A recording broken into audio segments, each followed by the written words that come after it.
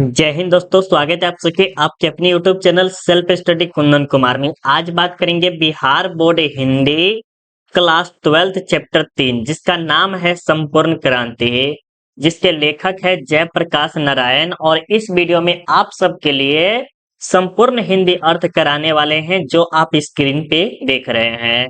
तो आप इस वीडियो को शुरू से लेके अंत तक देखिएगा और वीडियो को थोड़ा सा भी स्किप मत कीजिएगा, क्योंकि वीडियो जो आप बना रहे हैं वो आपके बोर्ड एग्जाम के लिए बहुत ही ज्यादा इंपॉर्टेंट है। तो वीडियो को आप शुरू से लेके अंत तक जरूर देखिएगा। तो चलिए हम यहाँ से स्टार्ट करते हैं। उससे पहले मेरे प्यारे बच्चों, जिस बच्चे का जो है बोर्ड एग्जाम में 450 नंबर लाना है तो उसको सबसे पहले क्या करना चाहिए, तो सबसे पहले संपूर्ण हिंदी अर्थ समझना चाहिए, जिसे आप नोट्स भी कर सकते हैं, वो आपको तैयार करना चाहिए। उसके बाद आपको सब्जेक्टिव का भी बहुत ही अच्छा खासा नॉलेज होना चाहिए। फिर बाद में आपको ऑब्जेक्टिव का। अगर आप इस तरह से पढ़ते हैं तो कोई भी सब्जेक्ट में आप अच्छा खासा नंबर लाके आप बोर्ड एग्जाम में 450 नंबर ला सकते हैं। तो चलिए हम क्लास को स्टार्ट करते हैं। उससे पहले आपके बोर्ड एग्जाम में ऐसा प्रश्न पूछा जा सकता है कि संपूर्ण क्रांति जो आप स्क्रीन पे देख रहे हैं ये क्या है, तो यहाँ बताइएगा कि एक प्रकार के भाषण है। क्या है? भाषण है। और इसके जनक कौन है या लेखक कौन है, तो ये जो है जयप्रकाश नारायण जी है। ठीक है, तो चलिए हम क्लास को आगे करते हैं। और अगर अभी तक आपने टेलीग्राम नहीं ज्वाइन किया तो टेलीग्राम आप 100% ज्वाइन कर लीजिए, जिसका जो है लिंक हम वीडियो के डिस्क्रिप्शन में डाल दिए हैं। अगर आप टेस्ट देना चाहते हैं चैप्टर 1, चैप्टर 2 और चैप्टर 3 कल परसों में डाला जाएगा, और पीडीएफ लेना चाहते हैं तो सिंपली आपको गूगल पे जाना है और वहां पे सर्च करना है self study Kundan Kumar. Search कीजिएगा तो आपको ऑनलाइन टेस्ट का ऑप्शन दिखाई देगा, और ऑनलाइन टेस्ट पे क्लिक करके आप बातचीत चैप्टर 1 का दे सकते हैं और उसने कहा था चैप्टर का भी दे सकते हैं। तो जरूर एक बार जाके सर्च कीजिएगा और वहीं पर पीडीएफ भी आपको मिल जाएगा। वही बात करें पेड ग्रुप में, आपको जो है न्यू न्यू फीचर रहेगा, नोट्स मिलेगा, सब्जेक्टिव मिलेगा, ऑब्जेक्टिव मिलेगा, इसमें सारा चीज है, ए टू जेड मिलेगा। तो अगर आप ज्वाइन करना चाहते हैं तो इस नंबर पे या इस नंबर पे कॉल करके ज्वाइन कर सकते हैं। तो चलिए अब आपका क्लास बिल्कुल अब आसान शब्दों में हम आपको समझाएंगे, और 100% उम्मीद दिलाते हैं कि अगर आप पूरा अच्छे से याद कर लेते हैं तो दूसरा वीडियो देखने की कोई जरूरत नहीं होगी। ठीक है, तो ये जो आप सामने देख रहे हैं ये कौन है? जयप्रकाश नारायण जी है, जिसे लोक नायक के नाम से भी जाना जाता है, प्लस जेपी के नाम से भी जाना जाता है। क्या नाम से? जेपी। अगर आपके बोर्ड एग्जाम में कभी कभी पूछ लेता है कि लोक नायक के नाम से किसे जानते हैं, तो जयप्रकाश नारायण। जेपी के नाम से कौन प्रचलित है, तो ये आपके जयप्रकाश नारायण, मतलब कि जे से जेपी, जयप्रकाश नारायण का ही नाम रखा था है। ठीक है, चलिए यहाँ तक तो आपको एक ऑब्जेक्टिव में बन गया। ठीक है, और कभी कभी पूछता है कि ये जो संपूर्ण क्रांति क्या है, एक प्रकार के भाषण है, जो कि हम पहले ही बता दिए हैं। और ये जो आप देख रहे हैं जयप्रकाश नारायण जी है, इसके बारे में परिचय में डिटेल में समझेंगे कि ये जयप्रकाश नारायण का जन्म कब हुआ था, मृत्यु कब हुआ था, कहाँ से पढ़ाई वगैरह क्या थे, इन सब के बारे में हम समझेंगे। ठीक है, तो सबसे पहले जो है इनका जन्म कब हुआ था, ये वेरी वेरी इंपॉर्टेंट पॉइंट कर सकते हैं, क्योंकि डेट ऑफ बर्थ जो है ना आपके बोर्ड एग्जाम में बहुत बार पूछा गया है। तो अगर आपको जन्म बताना है तो क्या बताइएगा? 11 अक्टूबर 1902। क्या बताइएगा? 11 अक्टूबर 1902 को हुआ था। निर्धन की बात करें तो 8 अक्टूबर 1979 में इनका निर्धन हो गया था। ठीक है, समथिंग कह सकते हैं 77 साल के एज में इनका क्या है, मृत्यु हो गया था। ठीक है, 77 साल पूरा, देखिए कितना अच्छा निकल गया। राइट, इनके माता और पिता का नाम, माता का जो नाम था फुलरानी देवी था। क्या नाम था? फुलरानी देवी। और पिता का जो नाम था हर्षो दयाल नाम था। ठीक है, ये भी आपके पॉइंट जो है वेरी वेरी है, जरूर याद कर लीजिएगा। दो पॉइंट इसमें से जरूर आपको 100% में से आने का चांस है, तो वो क्या है? 90% चांस रख सकते हैं, 100% नहीं। एक आपका डेट ऑफ बर्थ बहुत ज्यादा जरूरी है, और इसके पिता माता का नाम क्या था। ठीक है, इनकी शादी हो गई थी, जिनका नाम था प्रभावती देवी। क्या नाम था? प्रभावती देवी। प्रसिद्ध गांधीवादी ब्रज किशोर प्रसाद की पुत्री थी। किसकी पुत्री थे? तो ब्रज किशोर दास की पुत्री थी। ये कोई पूछेगा नहीं, बट आप ऐसे याद रख सकते हैं। ऐसे पूछा जा सकता है कि ये जो जयप्रकाश नारायण, इनकी पत्नी का नाम क्या था, तो प्रभावती देवी थे। क्या नाम था? प्रभावती देवी थी। और ये जो जयप्रकाश नारायण है उनका जन्म स्थान कहाँ है, तो सिताब दियारा गांव, उत्तर प्रदेश के बलिया और बिहार के सारण जिले में फैला हुआ है। मतलब कि ये जो है ना उत्तर प्रदेश में भी है और ये बिहार में भी है। ठीक है, सिताब दियारा गांव में, ये वेरी वेरी इंपॉर्टेंट पॉइंट है, जरूर इसे नोट कर लीजिएगा। पुकारना मतलब नहीं होता कि बचपन में एक छोटा सा शॉर्टकट नाम रख दिया जाए, जैसे मेरा ही है नाम। देखिए, हम अपना नाम बताते हैं, मेरा नाम कुंदन है, ठीक है। 1 से 5 क्लास तक मेरा कुंदन रहा, सॉरी चंदन रहा, ठीक है, चंदन रहा। और फिर उसके बाद मैडम जी जो है कुंदन कर दिया 6 से लेके 8 तक। 8 के बाद मेरा अभी तक जो है कुंदन कुंदन ही कुंदन चलता आ रहा है। लेकिन 1 से लेके 5 तक क्या है, मेरा चंदन नाम है, और रियल में भी मेरा चंदन नाम है। मेरे घर में सब के सब चंदन चंदन चंदन ही बोलेगा, कोई कुंदन नहीं जल्दी बोलेगा, ठीक है। मेरे पापा मम्मी कोई भी हो, घर दोस्त में जो है ना वो कुंदन बोलता है, बाकी जो घर के जितने भी लोग हैं वो सारा का सारा चंदन ही बोलते हैं। मुझे खुशी होती है कि पहले पुराने वाले नाम से भी ले तो रहा है ना। अच्छा लगता है, राइट? आपको भी अच्छा लगेगा। चलिए अब आगे बात करते हैं। तो उसी प्रकार जो है ये जयप्रकाश नारायण है, उसके बचपन का नाम क्या क्या लिया जाता था, बाउल लिया जाता था। और बड़े होने पर जेपी, मतलब नहीं होता है कि 1 से 10 साल की एज में बाउल नाम लेने लगा, और 15-20 साल का हो गया या 25 साल का हो गया तो उसे जो है लोगों ने क्या किया, जेपी के नाम से प्रसिद्ध हुआ। अपनी जन पक्षधरता के लिए लोकनायक के रूप में भी प्रसिद्ध हुआ, जेपी, लोकनायक, बाउल। ये तीनों के तीनों पॉइंट आपके लिए वेरी वेरी इंपॉर्टेंट है, जरूर इसे याद कर लीजिएगा। और याद हो भी गया होगा, मुझे पूरा विश्वास है याद हो गया होगा, राइट? चलिए, अब यहाँ पर जो है ये भी बहुत ज्यादा इंपॉर्टेंट है, क्या करा है कि लेखक के जीवन के बारे में, ये जो जयप्रकाश नारायण है इनके जीवन में क्या क्या घटनाएं आई, क्या क्या अवार्ड मिला, कहाँ से शिक्षा प्राप्त किया, कहाँ कहाँ गए थे, कहाँ कहाँ नहीं गए थे, ये क्या क्या कार्य किए थे, इसके बारे में आपको बताएंगे, ठीक है। तो यहाँ पर थोड़ा सा हम कलर चेंज कर लेते हैं, कलर ये ले लेते हैं, राइट। तो सबसे पहले बात करेंगे शिक्षा पर। तो देखिए क्या करा कि आरंभिक शिक्षा घर पे ही हुई थी, भाई किसी का भी। देखिए हम सभी क्या है, एक छोटे से मिडिल क्लास के फैमिली में बिलोंग करते हैं, जो कि एकदम न कह सकते हैं कि जहाँ जाते थे पढ़ाई करने, बट पढ़ाई ढंग से नहीं हो पाता था, और पढ़ भी नहीं पाते थे बढ़िया से। क्या पढ़ेंगे उस समय, क्या बुद्धि, क्या नहीं, कुछ नहीं था एक तरह समझे। खेलना मस्ती करना यही एक जीवन था, ठीक है। तो उसी प्रकार जो है ये जयप्रकाश नारायण, उनका भी शिक्षा जो कहाँ से है, गाँव से ही हुआ है। फिर पटना कॉलेजिएट, पटना में दाखिल हुआ। फिर बाद में क्या हुआ, ये पटना कॉलेज जो है वहां में दाखिल लिया। यही यही हिंदी में, सॉरी, यही बिहार में हिंदी का अ, वर्तमान स्थिति विषय पर लेख के लिए सर्वोच्च पुरस्कार प्राप्त किया। मतलब कहा जा रहा है कि उन्होंने एक कुछ लिखा था जिसका नाम था बिहार में हिंदी की वर्तमान स्थिति। नहीं होता है कि जो हिंदी मातृभाषा है अपनी भारत की, एक तरह से कर सकते हैं। तो ये क्या हुआ, धीरे धीरे इस पे कोई सर्वोच्च लिखे होंगे कुछ, तो उसके कारण से क्या किया था, पुरस्कार दिया गया था, ठीक है। इससे इसके बाद अपना कॉलेज पटना में प्रवेश, मतलब उसके बाद क्या किया, वह कॉलेज पटना जो है वहां प्रवेश कर गया, ठीक है। असहयोग आंदोलन के दौरान शिक्षा अधूरी छोड़ दी गई। अब देखिए कभी भी अगर आप जंग वगैरह या युद्ध वगैरह करते हैं तो आपको कुछ ना कुछ त्यागना पड़ता है। जैसे फॉर एग्जांपल आपको बताते हैं, अगर आपके गांव जो है, गांव के एरिया जैसे इतना है, ठीक है, और इन दोनों में टकराव होता रहता है तो क्या होगा, आपको पढ़ाई लिखाई में बहुत ही असुविधा होगा। क्या होगा, असुविधा, सुविधा नहीं बोले, असुविधा, ठीक है। बहुत ही ज्यादा कर सकते हैं कि एक न एक आके आपको दिक्कत ही देगा, एक तरह से कर सकते हैं ये, ठीक है। तो 1922 में शिक्षा प्राप्ति के लिए अमेरिका गए। फिर बाद में क्या हुआ, आपको पता है कि असहयोग आंदोलन जो है 1920 में हुआ था। लेकिन बाद में क्या हुआ, ये जो जयप्रकाश नारायण है उनको जुनून था कि हमें कुछ पढ़ना है और कुछ करना है। तो 1922 में क्या किए, वे शिक्षा प्राप्त करने के लिए एजुकेशन के मामले में कहाँ चले गए, अमेरिका। सोचिए कितना गर्व की बात है।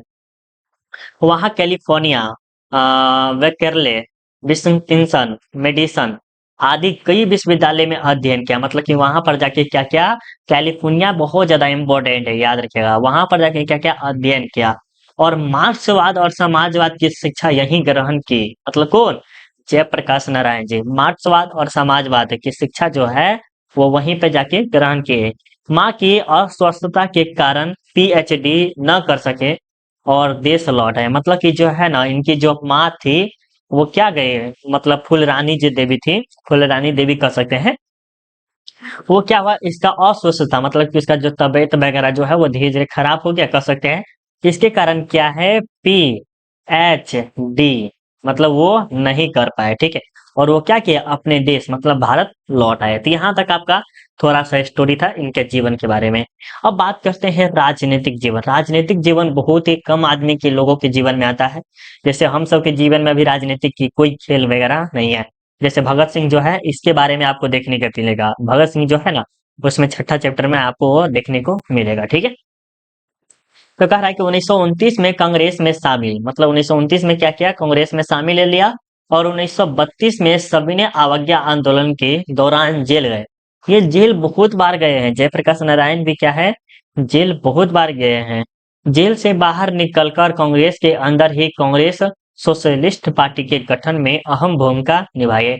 और ये क्या हुआ, ये जो जयप्रकाश नारायण जी है वो जेल चले गए कब, 1932 में। लेकिन जेल से जब बाहर निकले तो क्या कर दिए, ये कांग्रेस सोशलिस्ट पार्टी का गठन कर दिया और इसमें महत्वपूर्ण भूमिका निभाने लगे। अब कह रहा है कि 1939 1943 में भी जेल गए थे। अब देखिए 1939 में 1943 में भी जेल गए थे। 1942 के आंदोलन से विशेष प्रसिद्धि मिली, मतलब कि जब 1942 में जो आंदोलन हुआ था, वो आंदोलन भारत छोड़ो आंदोलन 1942 में ही हुआ था। तो उसी समय उसे प्रसिद्धि बहुत ज्यादा मिल गई। नहीं होता कि एक तरह से फेमस हो गए हुआ, जैसे आज के जमाना में क्या है, पहले जो अगर 3 साल 4 साल पहले चल जाइए, जैसे मान लीजिए आज के जमाना में जैसे अभी 2023 चल रहा है और आज से पहले जैसे 2018 में चल जाइए, तो खान सर को कोई जानता नहीं था ज्यादा। एक रियलिटी बता रहे हैं, हम सब तो जानते नहीं थे। मतलब समथिंग जहां पर ये कोचिंग है वहां के लोग जानते होंगे, पटना के।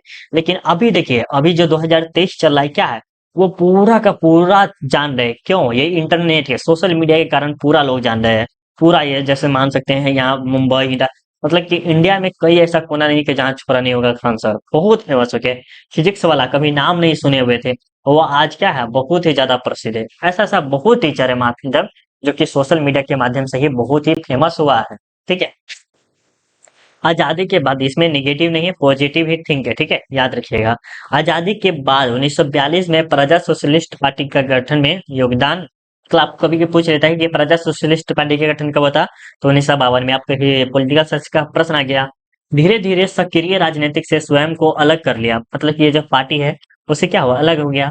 और 1954 में विनोबा भावे के सर्वोदय आंदोलन से जुड़े। 1974 में छात्र आंदोलन का नेतृत्व किया और आपातकाल के दौरान जेल गए। इनके मार्गदर्शन में ही जनता पार्टी का गठन हुआ था। अब देखिए, जनता पार्टी का गठन तो 1977 में हुआ था, लेकिन ये जो है 1974 में, जो है 1974 में क्या हुआ था, छात्र आंदोलन हुआ था। ये प्रश्न आपके लिए कह सकते हैं MVVI है प्रश्न। ठीक है, पूछेगा कि 1974 में किस आंदोलन, जयप्रकाश नारायण ने 1974 में किस आंदोलन का नेतृत्व किया था, तो आपको क्या बताना है, छात्र आंदोलन का नेतृत्व किया था। ठीक है, याद रखिएगा। चलिए यहाँ तक तो आपको समझ में आ गया। आप यहाँ पर देखिए क्या करा, कृतिया, मतलब कि क्या क्या किए हुए थे। तो रिक ट्रांजेक्शन ऑफ इंडियन पॉलिटी, ये सबसे ज्यादा इंपॉर्टेंट है। क्या है, रिक ट्रांजेक्शन ऑफ इंडियन पॉलिटी जो है वो किसके द्वारा लिखा गया है, तो आपको बताना है कि जयप्रकाश के द्वारा लिखा गया है। कुछ कविताएं भी लिखी, डायरी एवं निबंध भी प्रकाशित है, मतलब कि जो है कुछ कविताएं भी लिखी, डायरी वगैरह भी प्रकाशित हुआ, लेकिन ज्यादा उसे वेलबल नहीं है। ठीक है, लेकिन रिक ट्रांजेक्शन ऑफ इंडियन पॉलिटी बहुत ज्यादा इंपॉर्टेंट है। अब सम्मान की बात करें, जैसे अवार्ड के तौर पे ले सकते हैं, तो 1965 में समाज सेवा के लिए एक मिसेस सम्मान दिया गया था, लेकिन ये कुछ काम का नहीं, इंपॉर्टेंट नहीं है। लेकिन 1998 में भारत रत्न के द्वारा उसे सम्मानित किया गया था, जो कि भारत रत्न जो अवार्ड है वो बहुत ही ज्यादा कम लोगों को मिलता है, बहुत कम लोगों को मिलता है। तो मैं इसमें भी कौन है, जयप्रकाश नारायण को मिला था।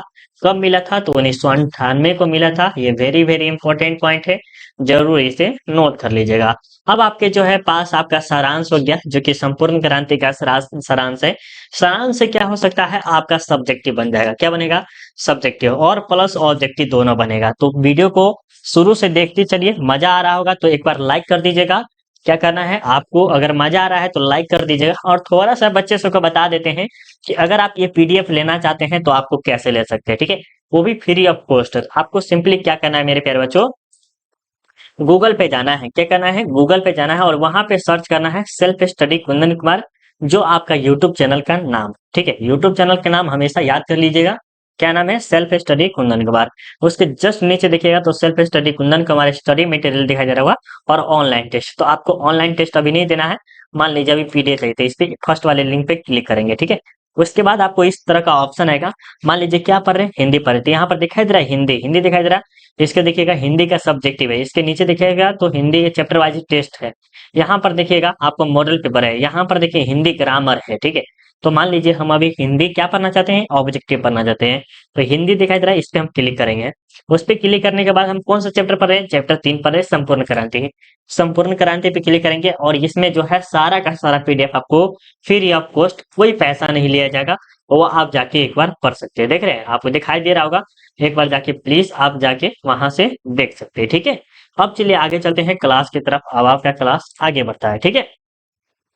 तो यहाँ पर आपको बताना है सारांश, क्या बताना है, सारांश। तो यहाँ देखिए क्या करें कि संपूर्ण क्रांति शीर्षक 5 जून 1974 को पटना के गांधी मैदान में दी गई जयप्रकाश नारायण द्वारा ऐतिहासिक भाषण का एक अंश था। अब समझिए क्या कह रहा है यहाँ पर, ये देखिए, ये जो आप देख रहे हैं आपको समझ में आएगा, बिल्कुल समझ में आ भी रहा होगा। देखिए ये जो देख रहे हैं ना, संपूर्ण क्रांति कहाँ दिया गया था, तो पटना के गांधी मैदान में। कहाँ दिया गया था, पटना के गांधी मैदान में दिया गया था। कब दिया गया था, तो 5 जून 1974 को। कब दिया गया था, तो 5 जून 1974 को दिया गया था। और ये जो भाषण है किसके द्वारा दिया गया था, तो जयप्रकाश नारायण के द्वारा दिया गया था। और यह एक प्रकार का ऐतिहासिक भाषण था, कह सकते हैं ऐसा भाषण अभी तक संभव ही नहीं है। एक तरह से विश्व में लिखा गया है कि हाँ ये जो है भारत के नहीं, भारत में लिखा गया है, इतिहास में लिखा गया है कि भारत जो है भारत के मतलब राज्य में जो है बिहार पड़ता है। तो उसमें 28 राज्य है, तो 28 राज्य में एक बिहार पड़ता है, और बिहार का जो सबसे प्रसिद्ध जगह पटना में एक ऐसा भाषण हुआ था जो कि बहुत ही ऐतिहासिक भाषण था, ठीक है। संपूर्ण भाषण स्वतंत्र पुस्तक के रूप में जनमुक्त पटना से प्रकाशित है। उन्मुक्त से, जनमुक्त पुस्तक से प्रकाशित है, लेकिन खास नहीं है, ठीक है। जयप्रकाश नारायण का भाषण जनता मंत्रमुग्ध होकर सुनती रही। मतलब मंत्रमुग्ध नहीं समझते हैं, एकदम ध्यान पूर्वक, जैसे हम अभी आपको पढ़ा रहे थे, क्या करें, आप ध्यान पूर्वक पढ़ रहे होंगे, या तो आप ओनी सोनी कर रहे होंगे, दोनों में से कोई तो जरूर करे। लेकिन उस समय जब जयप्रकाश नारायण भाषण दे रहे थे, क्या कर रहे थे, लोग उसी को देख रहे थे और उसी का एकदम सुन रहे थे बढ़िया से, राइट। भाषण सुनने के बाद लोगों के हृदय में क्रांतिकारी की भावना फैले। अभी हम आपको कहेंगे कि इस तरह से पढ़ो, फलना चिलना, 3 बजे भोर में उठो, अभी नहीं पढ़ोगे तो कब पढ़ोगे, फलना चिल्ला बोलेंगे तो क्या होगा, आपके मन में आपको क्या होगा, हाँ कि हमें पढ़ना चाहिए, क्रांतिकारी भावना फैल जाएगा आपके मन में। तो उसी प्रकार ये जयप्रकाश नारायण भी बोले थे, ठीक है। जयप्रकाश नारायण द्वारा दिया गया पटना में वैसा भीड़ और नहीं ऐसा भाषण किसी ने नहीं दिया। अभी तक तो अभी जस्ट बोले थे ऐतिहासिक भाषण था, और ये किसी के मुंह से अभी तक ऐसा भाषण नहीं निकला है, और ये हकीकत भी है। जयप्रकाश नारायण ने अपने भाषण में युवाओं को संकेत करते हुए दिया है। किसको संकेत किया है, तो युवाओं को संकेत करते हुए दिया है कि हमें तो स्वराज मिल गया, लेकिन सुशासन के लिए हमें अभी काफी संघर्ष करना होगा। मतलब कहा जा रहा है एक तरह से कि एक तरह से जो हमें चाहिए हमें मिल गया, अब हमें शासन करना है। जैसे मान लीजिए हमें घर चाहिए था या हमें बच्चा चाहिए था पढ़ाने के लिए, तो हमें तो बच्चा मिल गया, लेकिन हमें पढ़ाना है, तो कैसे पढ़ाएंगे, तो उसके बारे में बोले थे ये जयप्रकाश नारायण, ठीक है। आगे देखिए क्या करें कि भाषण के दौरान नेहरू जी का उदाहरण दिए। मतलब कि जब भाषण देते हैं तो उस समय क्या कहते, नेहरू जी का भी उदाहरण दिए थे। नेहरू जी कहते हैं थे कि सुशासन के लिए जनता को मीलों दूर जाना होता है। अभी ये प्रश्न आपके बोर्ड एग्जाम में आ सकता है कि ये क्या कहते हैं, नेहरू जी ने जनता को क्या भाषण दिए थे, तो मीलों दूर जाना है। इसमें किसी न किसी तरह से आपको प्रश्न पूछ लेगा। कठिन परिश्रम, त्याग, ठोकरें खाना है। जेपी अपने भाषण में भूख, महंगाई, भ्रष्टाचार, गरीबी के बारे में भी बताता है। बिल्कुल पहले के जमाना में सोचिए, इतना गरीबी था, इतना भुखमरी था, मत सोचिए। और अभी ये जो हमारे दादा परदादा है उनसे अगर पूछे, अभी तो खैर बहुत ज्यादा हो गया, लेकिन किसी का जो दादा परदादा होगा उससे पूछिएगा कि भूख का खाना क्या था, ये सब के बारे में पूछेगा तो बहुत ही अच्छे से बताएगा अगर पढ़े होंगे तो, ठीक है। इन सभी के लिए जनता को लड़ना होगा, बिल्कुल इसमें लड़ना तो होगा। अगर हमें अगर चाहिए, अगर कुछ पाना है तो कुछ करना होगा, लेकिन ऐसा नहीं होता है रियल लाइफ में। अगर अभी बताए प्रेजेंट में हम बता रहे हैं क्या होता है, अगर अभी आप कुछ जाति आवासीय आई भी बनवाने जाइएगा ना, तो आप शॉर्टकट खोजिएगा। क्या शॉर्टकट? के जाते मोहर मरवावे, के जाते वो करवावे, फलना अगला, ले 100-200 रुपया दे दीजिए, वो काम कर देते। ये सही रियलिटी है। और इससे हम 100 रुपया 200 रुपया आसानी शब्दों में दे देते हैं। सबका हम देखते हैं, हम सब देखते हैं, थोड़ा मोड़ा देखते हैं, चलिए कोई बात नहीं है। इसीलिए जनता को तैयार रहना होगा। इसके लिए क्या होगा, जनता को तैयार रहना होगा।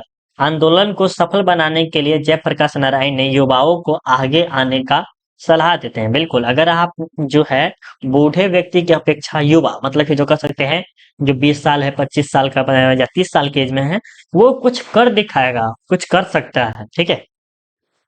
लोगों के आग्रह पर जयप्रकाश ने नेतृत्व अपने कंधे पर ले लिया। जयप्रकाश नारायण ने अपने भाषण में अमेरिका प्रवास के बारे में बताया। मतलब नहीं बताए थे कि अमेरिका चले गए हुए थे, तब उसकी माँ के स्वास्थ्य बहुत ही खराब हो गया, उसके बाद वो घर भी लौट आए थे। ठीक है। आगे क्या करे, वे अमेरिका में बहुत ही कष्टपूर्ण से रहता था। जयप्रकाश नारायण घोर कम्युनिस्ट पार्टी बन गए, मतलब मार्क्सवादी बन गए। जब अमेरिका से अपने स्वदेश लौटे तो वे कांग्रेस में शामिल हो गए, लेकिन कम्युनिस्ट पार्टी में शामिल नहीं हुए, बल्कि उसमें से निकल गए। ठीक है, नहीं हुए। इसका कारण था देश की गुलामी। भारत क्या था, पहले गुलाम था, एक तरह से कर सकते हैं। यहाँ पर नेताओं का भी गुलामी चल रहा था, शासन चल रहा था, और अंग्रेज का भी शासन करके गया हुआ ही था। भाषण के दौरान बापू एवं जवाहरलाल नेहरू की प्रशंसा करते हुए वह गांधी जी का विरोध भी करते हैं। मतलब कि जवाहरलाल नेहरू और बापू की प्रशंसा करते हैं, मतलब पंडित, ये जो गांधी जी है इसकी प्रशंसा और जवाहरलाल नेहरू की प्रशंसा करते हुए भी बाद में क्या करते हैं, बुराई भी करते हैं, विरोध भी करते हैं, तथा नेहरू को भाई मानते थे। कौन? ये हमारे जो जयप्रकाश नारायण जी है वो। जयप्रकाश नारायण का कहना था कि मुझे किसी से दुश्मनी नहीं है, बिल्कुल किसी से दुश्मनी रखना भी नहीं है। ठीक है, बल्कि उन गलत नीतियों, गलत सिद्धांतों से, गलत कार्यों से नफरत है। वह अपने भाषण में स्पष्ट कर दिया कि वे संपूर्ण क्रांति चाहते थे। यह संघर्ष सिर्फ लोकतंत्र के लिए नहीं, बल्कि सामाजिक, आर्थिक एवं नैतिक क्रांति के लिए, संपूर्ण क्रांति के लिए कार्य करेंगे। तो यहाँ तक तो आपका वेरी वेरी इंपॉर्टेंट हम करा दिए हैं।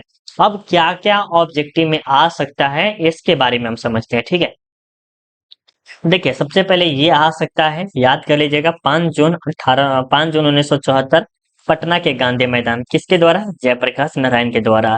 अब यहाँ पर जो है ये जो संपूर्ण क्रांति है, एक प्रकार का क्या है, तो एक प्रकार का भाषण है। ये मीलों दूर जाना होगा, ये प्रश्न भी आपके आ सकता है। ठीक है, अब यहाँ पर आपका कोई ज्यादा इम्पोर्टेंट नहीं है। ठीक है, यहाँ पर तो आपका क्लियर कंप्लीट हो गया। यहाँ पर जो ट्रांजेक्शन ऑफ इंडियन पॉलिटी, ये भी आपका वेरी वेरी इंपॉर्टेंट है। यहाँ पर जो भारत रत्न दिया गया था, ये भी आपका इंपॉर्टेंट है। यहाँ के जो आपको देख बता ही दिए कि इसमें से क्या क्या इंपॉर्टेंट है। ठीक है, अब जो अगला क्लास होगा आपका, क्या होगा अगला क्लास जो होगा मेरे प्यारे बच्चों, वो पाठ का प्रश्न उत्तर होगा, जिसे सब्जेक्टिव क्वेश्चन कहते हैं, वो कराएंगे। और पाठ का सब्जेक्टिव क्वेश्चन कर लेते हैं तो उम्मीद मानिए कि आपका एक भी प्रश्न नहीं छूटेगा। बोर्ड एग्जाम में आप गर्दा उड़ा के आइएगा।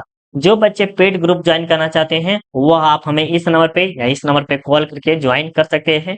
अभी आपको मात्र 200 रुपए में पूरा का पूरा कोर्स आपको मिल रहा है। ठीक है, अब बात करते हैं ऑब्जेक्टिव के लिए। तो जाके आपको सिंपली क्या करना है, गूगल पे चले जाना है। गूगल पे जाके कोई खर्चा वगैरह नहीं लगेगा, आपको गूगल पे जाइए और पूरा का पूरा बढ़िया से तैयारी कीजिए। ऑनलाइन टेस्ट पे क्लिक करके आप ऑनलाइन टेस्ट भी दे सकते हैं, पूरा फ्री ऑफ कॉस्ट, कोई पैसा नहीं है। चाहे तो इसका लिंक जो है वीडियो के डिस्क्रिप्शन में डाल दिए हैं, ऑनलाइन टेस्ट का, आप जाके दे सकते हैं। अब आपको जो हम मिलेंगे प्यारे बच्चों, वो जो है आपको किस में मिलेंगे, तो ये जो आप सब्जेक्टिव देख रहे हैं ना, इसमें मिलेंगे। और सब्जेक्टिव में हम आपको और अच्छे से समझाएंगे। तो वीडियो को आप शुरू से लेके अंत तक देख लिए तो प्लीज एक बार लाइक कर दीजिएगा और एक प्यारा सा कमेंट करके जरूर जाइएगा। मिलते हैं अगले वीडियो में, अभी के लिए बाय बाय, जय हिंद, जय भारत।